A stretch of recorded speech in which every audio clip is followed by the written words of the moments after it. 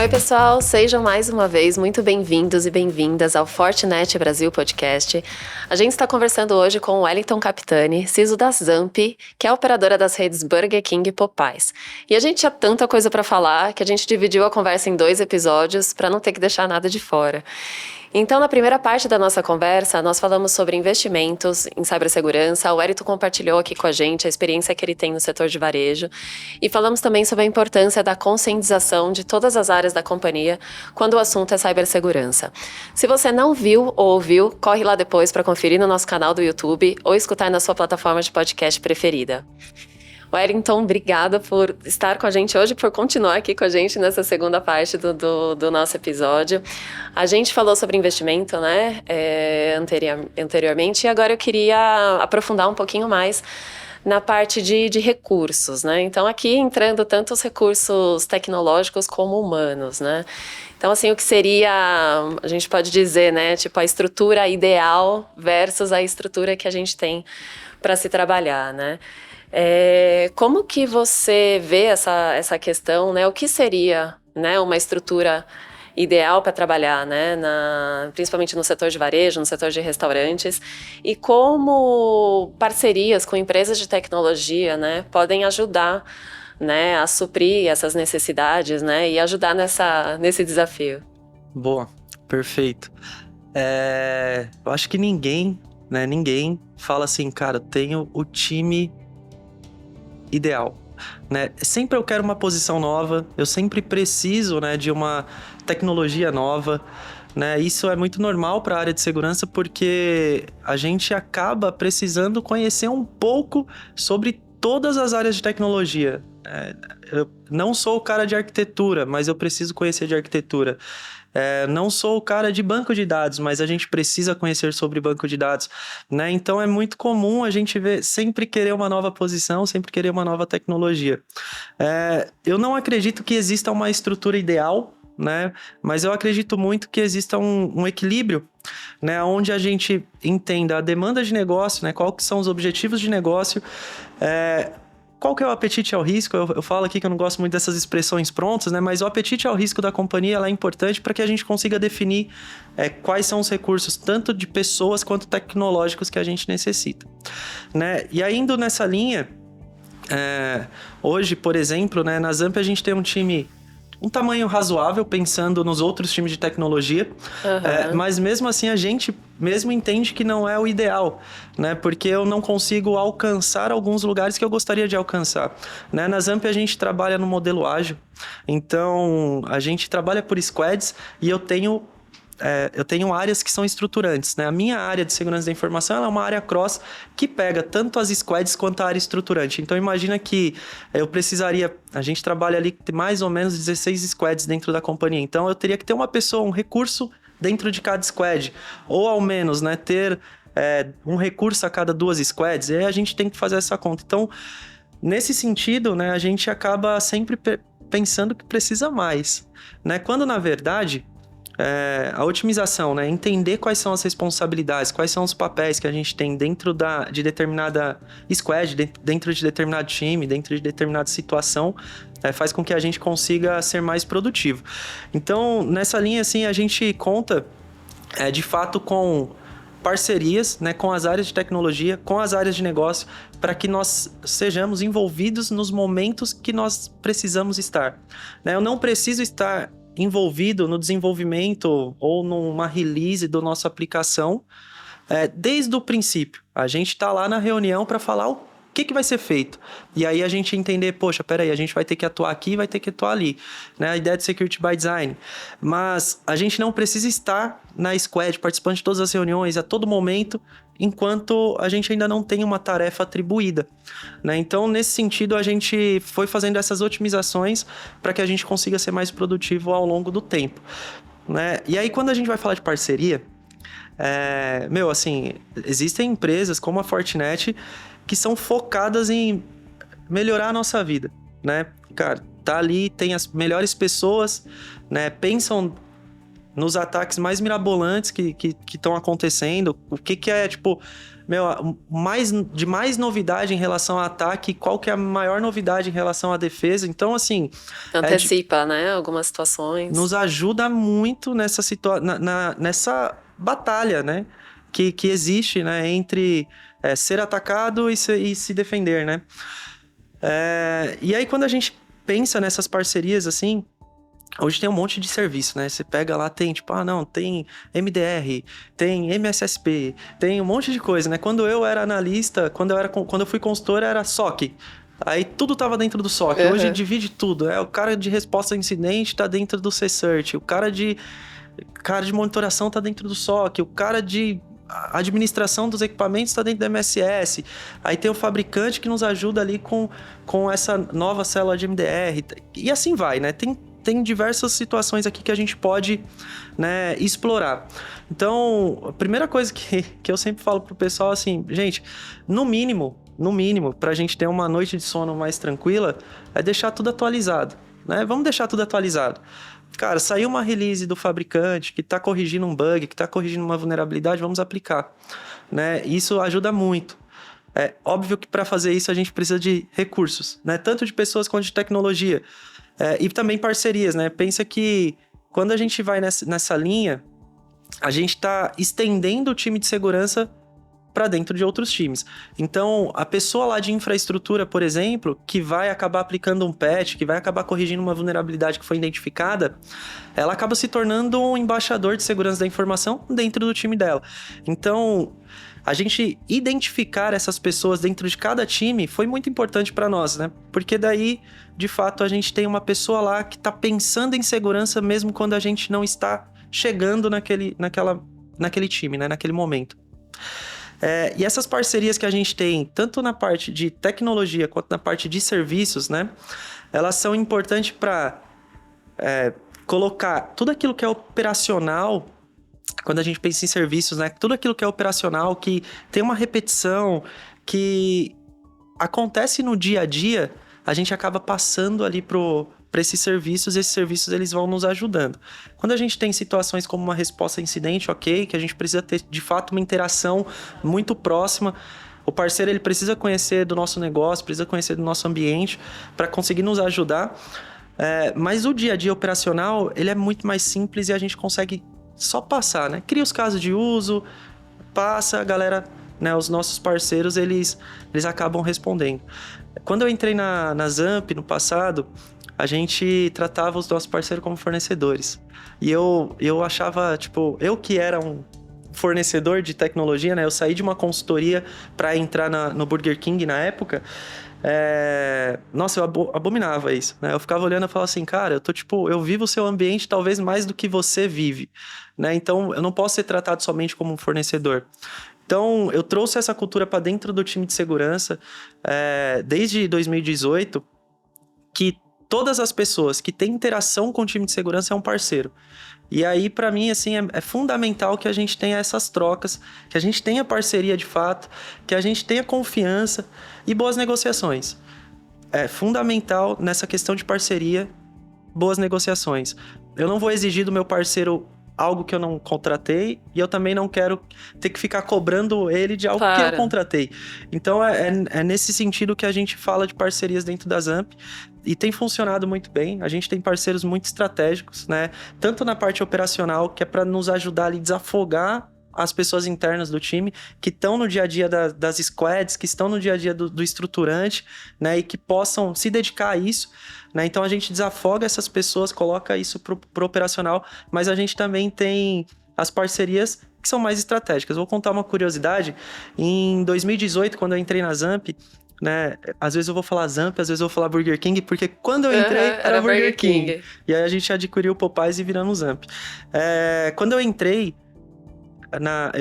assim na Zamp, cara, eu falei assim, poxa, um cenário desconhecido, um ambiente desconhecido, vamos lá, né? Vamos entender o que a gente tem aqui. E a gente viu que eu tinha um FortiGate lá no corporativo, né? Na matriz, e mais nada. E aí eu fiquei olhando assim, eu falei assim, gente do céu, vamos ver pelo menos o que tem habilitado aqui, né? E aí eu vi que tinha os licenciamentos corretos, mas a gente não tinha nada habilitado, a gente não tinha IPS, não tinha um web filter. A pessoa que chegasse na Zamp, conectasse na nossa rede, navegava no que ela quisesse. Inclusive, um dos primeiros testes que eu fiz foi esse, e o resultado não foi muito positivo. O meu gerente, na época, estava sentado atrás de mim, ele falou, cara, o que você está acessando aí? Eu falei, poxa, peraí, eu só estou fazendo um teste, né? E a gente teve essa parceria com a Fortinet, né? Eu, assim, de novo, né? Eu acho que eu falei no primeiro episódio, eu sou tipo um forte fã, né? Cara, e eu levantei a mão e falei assim, quem atende o Burger King no Brasil pela Fortinet? E aí descobri as pessoas que eram. E, assim, muito sincero, a gente sentou um dia, levamos, né, as pessoas para a sala de reunião da Zamp, sentamos e escrevemos uma lousa inteira do como nós estávamos e o que a gente precisava fazer para alcançar aquilo que a gente entendia que era o ideal, né? E alcançar aquilo que a gente entendia que era ideal foi fundamental, porque imagina o crescimento da empresa, né? Muitas coisas novas acontecendo e tudo aquilo que a gente não dedica um tempo, ele acaba se tornando um passivo depois, né? Então a gente vai lá com um monte de débito técnico porque a gente não decidiu que aquilo era importante naquele momento. E as coisas acontecem rápido, né? Toda hora. Todo dia tem uma mudança, né? Todo dia tem uma mudança externa, que é tipo, putz, essa tecnologia ela já não serve mais. E aí vem, né, tipo, toda a ideia dos gurus, né, de tecnologia, que acabam tendo muita relação com o C-Level, que vai lá e olha pra você e fala assim, cara, você usa SD-WAN? Não. Agora você vai usar ZTNA. E aí, tipo, nem sabe qual que é o nosso cenário e acaba impactando a gente dessa forma. E tem as mudanças internas, né? Que, cara, o que eu faço hoje talvez não sirva amanhã e eu preciso me adaptar, né? O mercado tá mudando e a gente precisa ser adaptável a isso, né? Então muito nesse sentido. Dentro da equipe, a gente usa o InfoSec NIST-WELL, né? Que é para falar ali de como que a gente deveria se estruturar. A gente tem o nosso as-is, né? Como nós estamos estruturados e como nós imaginamos que deveria ser. Existe uma diferença grande aqui entre uma coisa e outra ainda, mas assim como o negócio vai evoluindo, o time de segurança vai evoluindo junto. Não adianta a gente querer passar as necessidades de segurança acima das necessidades de negócio, que aí a gente vai criar atrito, né? E a ideia é criar parceria. Então, nesse sentido, a gente entende qual que é a necessidade de negócio. Cara, a gente precisa falar de DataSec? Olha, para a gente falar de DataSec, a gente precisa de pessoas, processos e tecnologias. E aí a gente vai conseguir falar. Então, assim, a gente se dispõe cara, você sabe que a gente vai até aqui, e para a gente dar mais um passo, a gente precisa de mais recursos. E a empresa como organização, ela entende o tempo certo para dar esse passo. Então a gente tem essa parceria até mesmo com a companhia em relação a isso crescimento. É fundamental. Sim. Inclusive essa era uma pergunta que eu tinha aqui, que você, numa conversa prévia que a gente teve, você comentou que você tem um jeito, né, diferente de falar sobre resultados, né? Então, assim, o reporte de resultados, que é um desafio, né, também para a área de tecnologia, e que você aí tem um jeitinho especial, né, que vai pro lado de evitar o tecniquez, né, e mostrar, né, para os executivos, né, da empresa os riscos reais, né, de um ataque, enfim, né? Como que é isso, Nazamp? Como que você conseguiu, então, mudar também, né, essa parte? Legal. A gente fala técnico com o nosso time técnico, né? E a gente que é técnico, né? Eu vim de uma carreira técnica, né? Iniciei a carreira tecnicamente, né? A gente está acostumado a falar de forma técnica. É mais confortável para nós. Mas não adianta a gente querer colocar na cabeça de um cara que está pensando no lucro da companhia, que está pensando em vendas, ou o que é um ransomware. Não vai funcionar. Ele vai saber o que é um ransomware, mas ele não precisa saber do detalhamento disso. Então, assim, sempre quando a gente vai falar com o C-Level, gera aquela sensação de, ai meu Deus do céu, será que é hoje? Será que vai funcionar? Quando a gente vai falar com o board, então, nossa, eu tenho 5 minutos a cada 3 meses para falar com o board sobre gestão de riscos. Aí você fica assim, cara, qual que é a estratégia que eu adoto? Então, até eu ter essa mudança qual a informação-chave ali que eu preciso falar para ele, né? Então, até ter essa mudança de mindset foi difícil. Eu ia pra lá, tomava um monte de porrada e voltava, né? Daí eu falava, caramba, peraí, vamos lá pro próximo. No próximo era um monte de porrada e voltava. E assim foi. Então, assim, primeiro que a gente precisa é gerar interesse, né? Então a gente fala muito de KPI. Quando a gente vai falar com C-Level, com Board, a gente leva um monte de KPI, né? Que é a performance, né? A performance que a gente está trazendo são os indicadores, né? Os indicadores chaves. Mas a gente também tem que levar ali a ideia de interesse, né? Como que eu mantenho o interesse dessas pessoas no assunto que eu estou trazendo? Então, eu lembro que a primeira vez que eu fiz isso foi muito legal. A primeira vez que eu fui, eu falei assim, gente, a gente contratou uma solução de WAF. Aí todo mundo ficou assim, cara, o que é o WAF, né?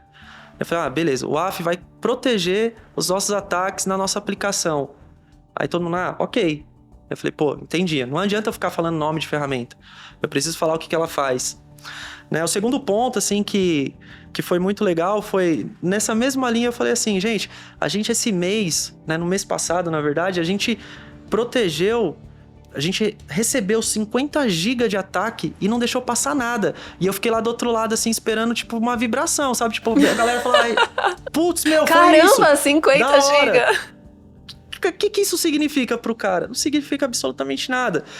Pro meu time técnico, quando eu falo, gente, puta, top, a gente conseguiu se adequar ali, colocamos a ferramenta no lugar certo, todo o DDoS que a gente sofreu, a gente conseguiu proteger, não passou nada, a aplicação ficou estável, a aplicação ficou disponível, o negócio funcionou. Pro meu time técnico, isso funciona super. Sim, vão comemorar em casa. Exato. Qual que foi a abordagem, né? Então, percebeu que até aqui eu falo muito pouco do técnico. E eu não gosto mesmo de trazer essa ideia técnica para discussões que não precisam ter a ideia técnica, né? Então, pro C-Level e pro Board, nessa pegada do AF, eu levantei a mão e falei assim, olha, gente, vocês lembram, na segunda vez, né? Vocês lembram lá, depois de ter tomado muita porrada, vocês lembram lá da ferramenta que protegeu os ataques de DDoS, que foram 50 gigas? Pessoal, lembro, de novo esse assunto, né? Eu falei, então, eu converti isso em horas. Eu peguei todo o ataque, né, de DDoS que a gente sofreu, coloquei em horas. Isso deu lá 100 horas dentro de um mês. Eu falei, beleza, a gente tá falando que durante 100 horas de ataque que poderiam ter interrompido o nosso negócio, né? Se ele se materializasse, nossa aplicação que vende X valor por hora ficaria fora. E aí ele já levanta, né? Tipo, poxa, peraí, ele tá falando que... Agora falou do aquilo dinheiro. Que ele falou tá convertendo em dinheiro, que é uma das métricas que o pessoal, né, do C-Level e do Board acompanha. Então, nesse sentido, falar para ele ali de dinheiro foi essencial. Então, parei de falar do técnico e mostrei que aquele ataque de 50 GB que o AF bloqueou, ele convertido dava X valor que a gente deixou, né, de perder. Porque se a gente tivesse deixado o ataque passar, a gente teria perdido. Então, nesse momento, a gente começa a ganhar a atenção do pessoal. A gente vai falar de EDR. Tipo, galera, eu preciso colocar EDR aqui. Eu tenho 30 mil equipamentos na empresa. Cara, eu tenho que colocar EDR em todos os equipamentos. Aí a pessoa olha e fala assim, nossa, olha o valor de investimento, é muito alto. Precisa. Mas por que precisa? Opa, peraí. Vamos lá, no corporativo, a gente adotou uma situação que foi a seguinte... quanto tempo a pessoa X, a cadeira X vale, né? Quantos reais aquela pessoa vale por tempo, por hora? Vale tanto. Beleza. A gente tem aqui uma incidência de ransomware, né? Que pode criptografar a máquina. A gente tem uma incidência de vírus, que pode simplesmente ter um vírus ali, a gente vai precisar mandar formatar, mandar limpar se o EDR não conseguir fazê-lo. E a gente vai indisponibilizar essa pessoa por determinado tempo. Então, vamos converter isso. Imagina que, né, principalmente pensando em EDR, que vai ali a tratar, né, toda essa parte de ataque, principalmente pensando em ransomware, que é o grande mal, né, do momento que nós vivemos. Mas pensa que se eu tenho um ransomware e ele se lateraliza no meu corporativo e todas as pessoas param de trabalhar, quanto de dinheiro que eu tô perdendo nessa situação? E hoje, assim, né, o ransomware é muito famoso, né, então é difícil alguém que não tenha ouvido falar, que não tenha medo, ou muitas empresas sofreram, né, mas uma coisa é saber que existe, outra coisa é saber o quão perto chegou, né, Exato. de você, né, olha, se a gente não tivesse isso, a gente teria Porque parece ainda que aconteça, né, talvez os executivos não vejam tão perto da casa deles, né? Não, perfeita colocação. Imagina que quando eu entrei na Zamp, como eu disse, né, a gente tinha um FortiGate e não tinha nada habilitado. E a gente ainda fazia muitas das coisas on-premises, né? Hoje a gente está em cloud 100%, então é um cenário diferente. Mas naquela época, eu levantei a mão assim pro pessoal e falei assim, olha gente, a gente deveria habilitar o IPS. IPS... A gente tem duas formas de fazer, né? Ou a gente deixa ele em modo learning lá, estudando a rede, entendendo como é que funciona as nossas aplicações, ou a gente vai lá e mapeia, coloca em modo block direto, bloqueia e tem um monte de dor de cabeça durante um período que a gente não consegue determinar o tempo.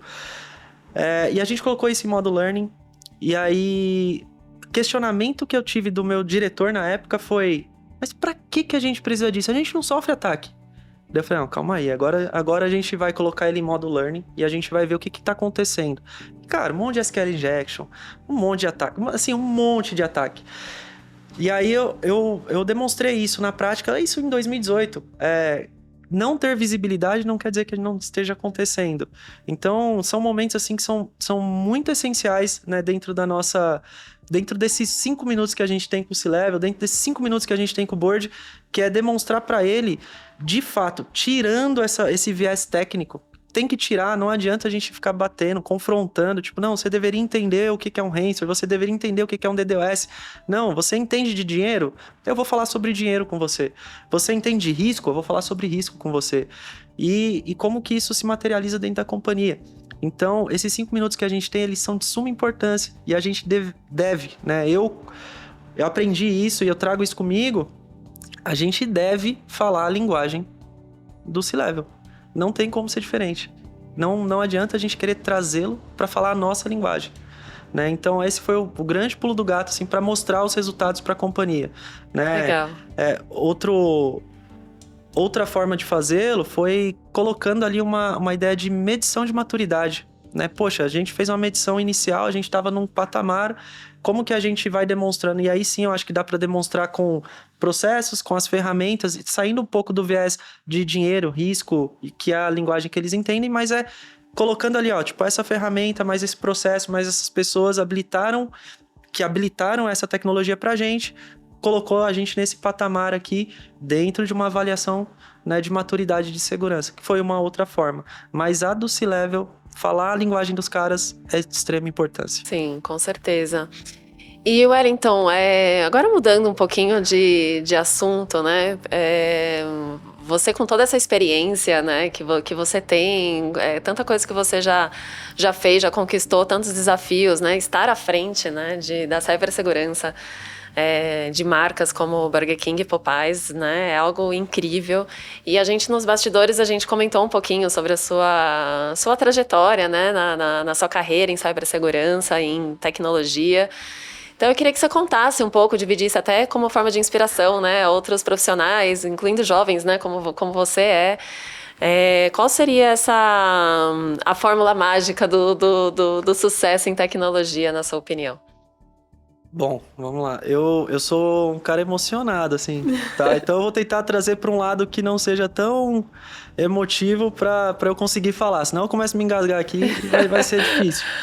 Mas eu vou começar falando um pouco da minha história.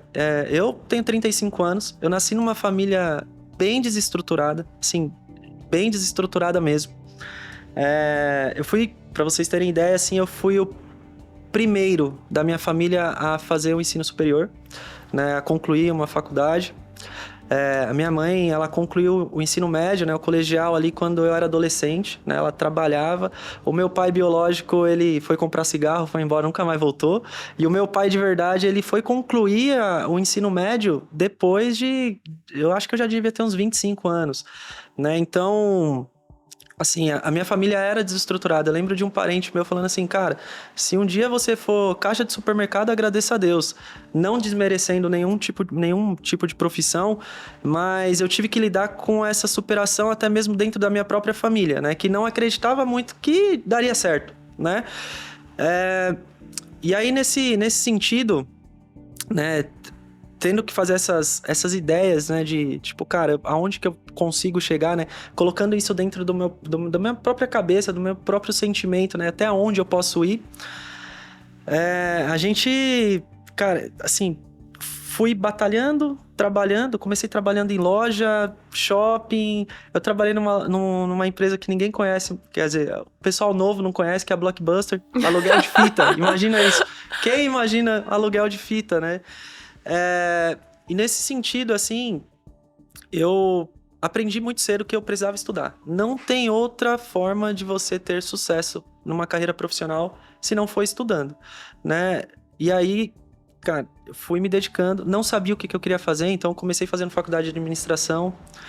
Depois eu entrei de administração, fui para economia, não concluí nenhuma das duas.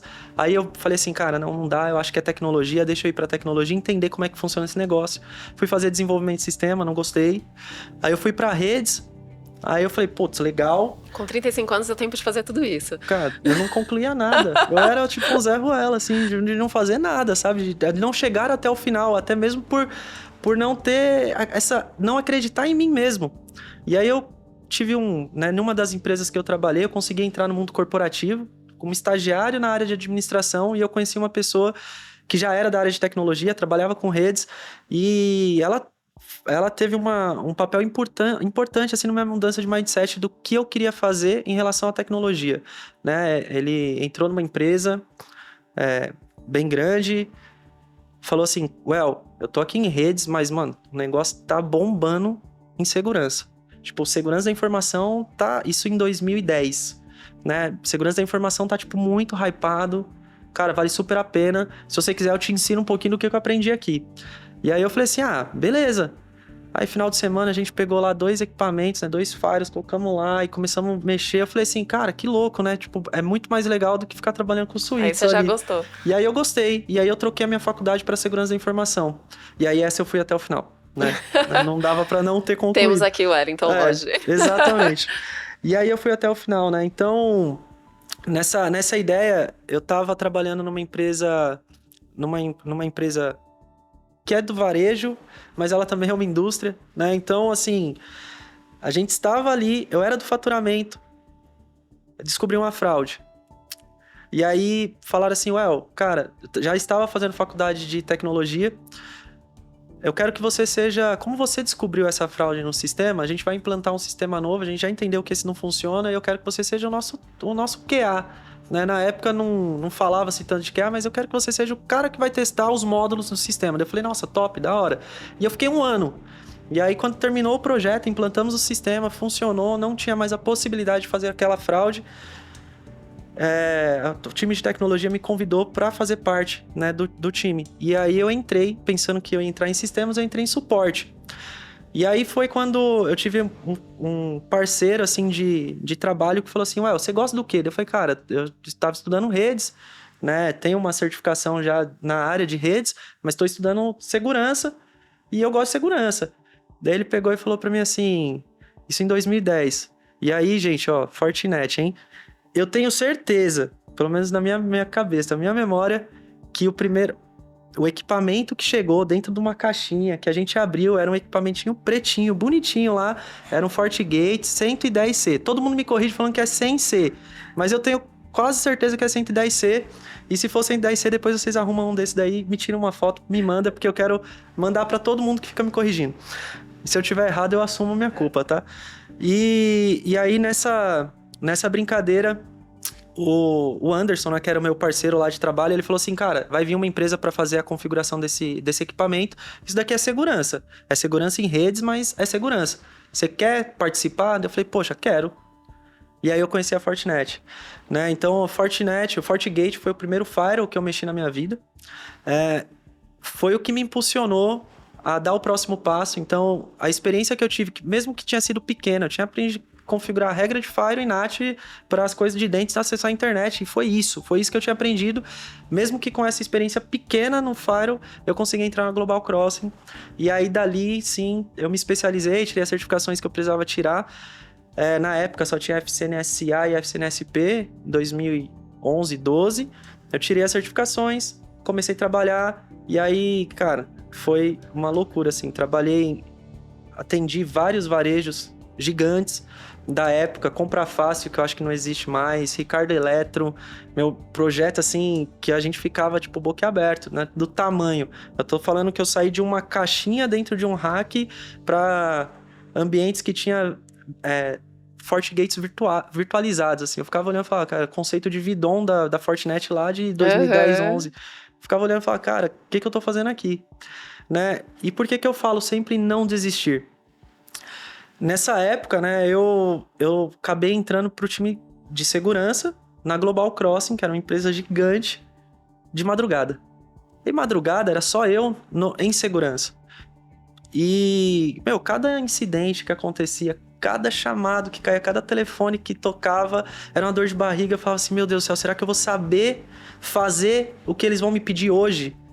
Aquela expectativa, né? Nossa, dava calafrio, assim, né? Torcer pra não acontecer nada. Exato. Quando acontece é quando a gente evolui, né? Uhum. E eu vi muitos amigos meus, assim, que eram da mesma época, que concluíram a faculdade comigo, desistindo, porque era difícil. A área de tecnologia não é uma área fácil, né? A gente tem que pensar, tem que ter raciocínio lógico, tem que ter uma capacidade analítica muito, muito grande.